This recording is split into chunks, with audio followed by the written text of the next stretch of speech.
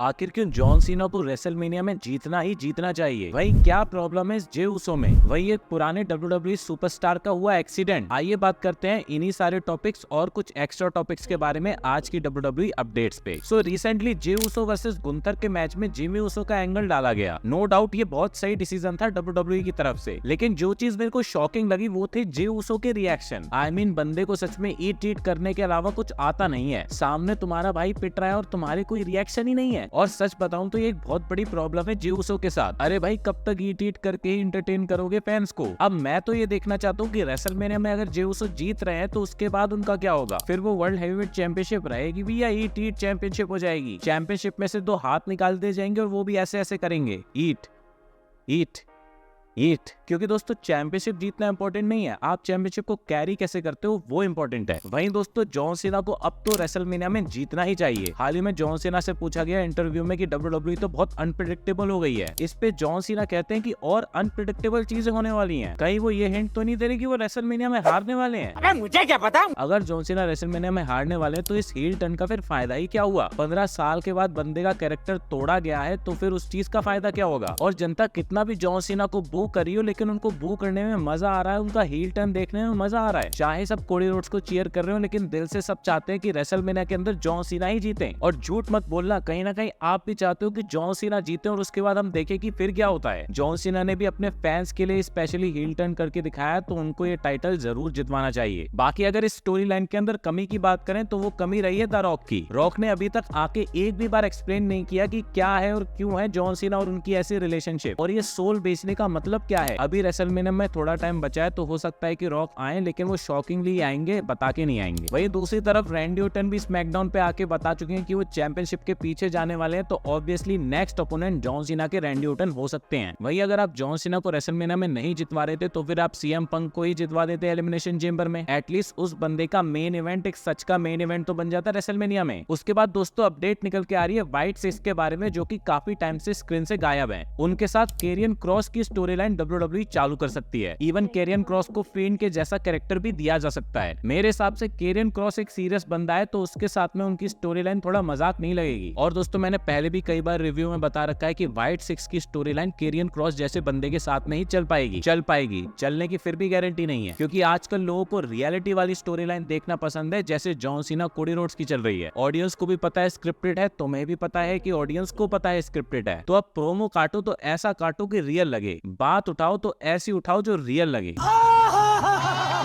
वही एक बड़े सुपरस्टार के बिग रिटर्न की बात चल रही है। उस सुपरस्टार का नाम है ब्रॉन्जन रीड।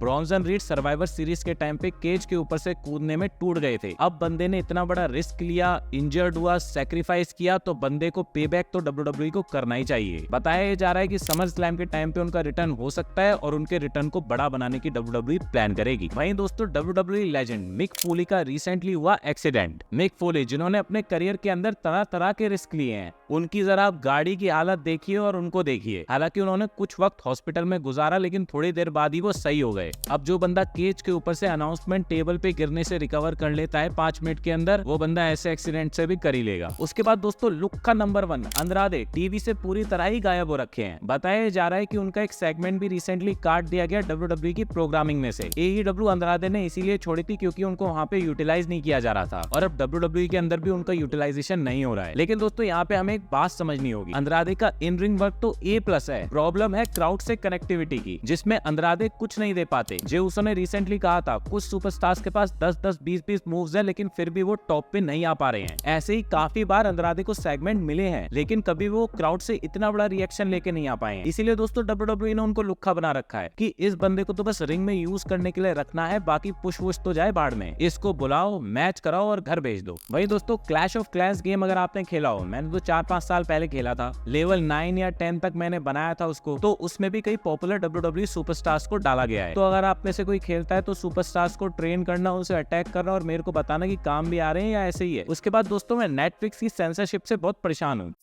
फिर क्या हुई? मतलब नेटफ्लिक्स वाले क्राउड की चैट्स को क्यों सेंसर कर रहे हैं? आई डोंट नो व्हाई यार। नेटफ्लिक्स है, जो क्राउड बोल रहा है बोलने दो। मुझे लगा था कि नेटफ्लिक्स पे आने के बाद WWE थोड़ी एजी होगी, लेकिन नहीं हुई। बच्चे ना बिगड़ जाएं। अरे तुम्हारे होम पेज पे तो गालियों से भरी सीरीज हैं, उससे नहीं बिगड़ेंगे बच्चे। नहीं। नहीं, उससे नहीं बिगड़ेंगे, क्राउड में कोई FU बोलेगा तो उससे बिगड़ जाएंगे। अब ज्यादा नहीं बोलूंगा वरना जब ईओ स्काई आएगी इंडिया तो तुम लोग मेरे को बुलाओगे नहीं, जैसे अभी लिव मॉर्गन के टाइम नहीं बुलाया। पूछना जरा इनसे टैग करके क्यों नहीं बुला रहे। वही दोस्तों, 2 सुपरस्टार्स का और रिटर्न हो सकता है WWE में। टोंगा लोआ, जिनके रिटर्न का मेरा पूरा कमेंट बॉक्स वेट कर रहा है, उस बंदे का रिटर्न बताया जा रहा है जून में होने वाला है, क्योंकि सोलो वर्सेस जेकब की कहानी में उनकी काफी ज्यादा रिक्वायरमेंट रहेगी। वही आस्का का रिटर्न मई में होगा रेसलमेनिया के बाद कुछ फ्रेशनेस देने के लिए। अब आ जाते हैं दोस्तों आप लोगों के क्वेश्चंस पे। अनिरुद्ध कुमार पूछते हैं सोलो को इतना डाउनग्रेड क्यों कर दिया है, इस पर आपका क्या ओपिनियन है। देखो, सोलो को डाउनग्रेड नहीं किया है बल्कि कुछ ज्यादा ही अपग्रेड कर दिया था। उनको इतना पुश दिया कि रोमन रेंज के सामने खड़ा कर दिया था भाई। अब जब वहां से बंदा रियलिटी पे आएगा तो सबको डाउनग्रेड ही लगेगा, लेकिन ये डाउनग्रेड नहीं है दोस्तों, यही उसका लेवल है। क्वेश्चन नंबर 2, भाई एलेक्सा ब्लिस कहाँ है। बंदी को लगता है रॉयल रंबल में पॉप देने के लिए बुलाया था, अब घर भेज दिया। हो सकता है केरन क्रॉस की जब स्टोरी लाइन हो तो वाइट 6 में आ जाएं, वाइट 7 बन के। क्वेश्चन नंबर 3, अली राजा। तोमर साहब 5 बार क्वेश्चन पूछ चुका हूँ, क्या रोमन कोडी की मदद करेगा रेसलमेनिया में। नहीं नहीं नहीं नहीं, मैंने भी 5 बार बता दिया नहीं। क्वेश्चन नंबर 4, समर्थ कामले। समर्थ भाई, आप मेरी सारी वीडियो पे कमेंट करते हो, मैं सारे पढ़ता हूँ, बस रिप्लाई नहीं कर पाता, वो अलग बात है। बाकी समर्थ पूछते हैं व्हाइट 6 का QR क्यों नहीं आ रहा। भाई लगता है अब उन्होंने चंदा मांगना बंद कर दिया है, क्योंकि अब उनको भी समझ आ गया है कि इस भांग भोसड़े का कोई मतलब नहीं है। क्वेश्चन नंबर 5, ओमकार कदम पूछते हैं क्या डोमिनिक का बेबी फेस देखा जाएगा रे मिस्टीरियो के साथ। अरे भाई क्यों करवा रहे हो ये सब, ऐसे क्वेश्चन पूछोगे WWE वालों ने सुन लिया तो सच में डोमिनिक को बेबी फेस बना देंगे। वो इंसान बना ही हील है, उसको हील ही रहने दो। सो दोस्तों, ये तो थे आपके क्वेश्चंस के आंसर। अब मिलते हैं आपसे नेक्स्ट वीडियो में, तब तक के लिए सायोनारा।